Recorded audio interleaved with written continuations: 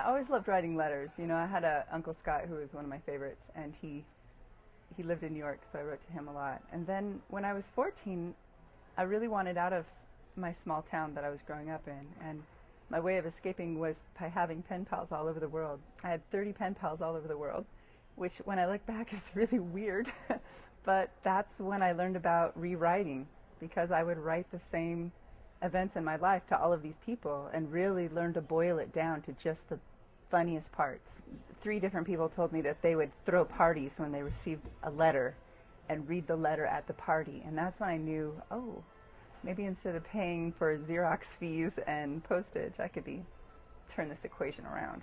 When I first began this book, I was doing massage therapy in Sun Valley. That was my job, and so I think I've massaged a couple thousand people in my career, and they're on your table, very vulnerable, and you can't help but to have compassion for all of humanity when you do that work.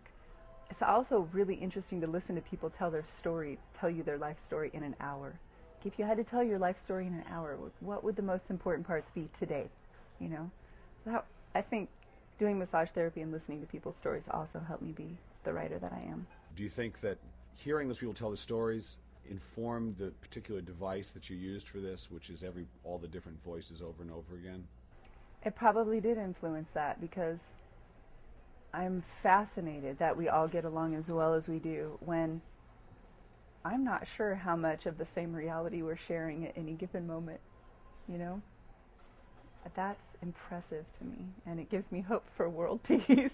I mean, if it can happen in a household, maybe it can happen on a global scale. I was reading about how to take my first book and turn it into a screenplay, and that exercise made me much more aware of things I needed to be aware of to be a better writer. So I was grateful for that. But no, I'm not somebody that can chart it out. I don't know where my books are going at any given time. I'll have an idea. It's just an idea. But that discovery must be some part of the pleasure, yeah? Isn't it in life too? Well, I think so. Phil might not think so. I mean, I've never predicted any part of my future accurately, so why would I be able to predict the future of my stories accurately? Sometimes I start feeling kind of depressed, and I think, what's wrong? What's wrong? What, am I eating the wrong foods? What's going on? And then I realize, oh, it's been too long since I've written. I think maybe what that is some sort of spirit imperative. Like if you were born to do something and you don't do it, I think you start to feel uneasy. But I don't know. Either that or a place of despair is a very inspiring place sometimes, or I don't know. I started my first book when my television was broken and I was kind of snowed in and I was lonely. So I made up some invisible friends. It's, I guess that's why I think it's so funny to listen to some writers talk about their process with this great air of self-importance, and I just want to gag, because for me it doesn't come from that ego place at all. It's quite the opposite. It's been kind of a coping strategy, and also I look at it and go, I know what work is. I've been a teacher. I know what work is. I've taught in some rough places. I've worked in daycare. I worked in a monkey lab. I've pushed lawnmowers. I've and as an archaeologist, I shoveled all day. I know what work is. This is not work. This is a hilarious, fun project. This is a hobby that's gotten a little out of control, and it's a great ride, and I'm so lucky.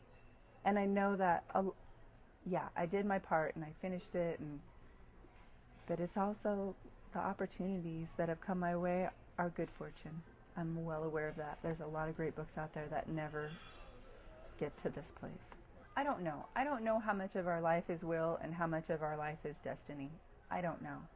Certain things happen in my path that sure seemed like destiny. Like I had sent my book off. I read How to Get Happily Published, which I highly recommend.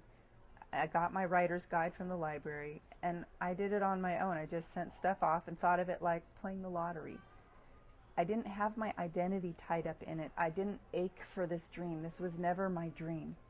So I was in the bookstore seeing who published my favorite books, and that's when the bookstore owner told me about this publisher, the president of whom lived in Sun Valley. So I happened to be in the right place to find the right people. And then they retired the business a month after the second book was released in hardcover, and Barnes & Noble returned all of it, and